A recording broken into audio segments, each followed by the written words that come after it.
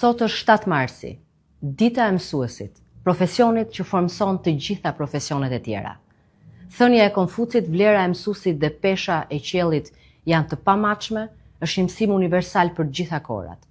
Pas çdo historie e suksesi, ka pasur një mësues që ka ndezur kureshtjen, ka nxitur ambicien dhe ka forcuar besimin te ne.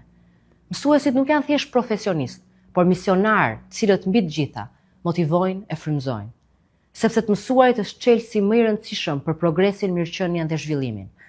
Prandaj nëse dëshirojmë t'u japim shumë shanse fëmijëve tanë, t'u japim më parë një shans mësuesve të Shqipërisë.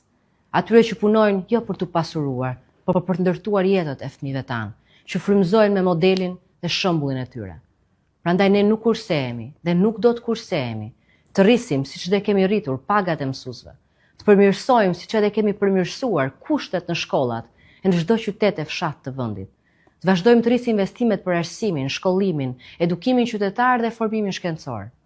Mësuesit e kthejnë këtë investim me përkushtimin, talentin dhe dashurinë e tyre për vajzat dhe djemtë e Shqipërisë. Gëzuar 7 marsin, mësuese dhe mësues të dashur, të urtë, të respektuar.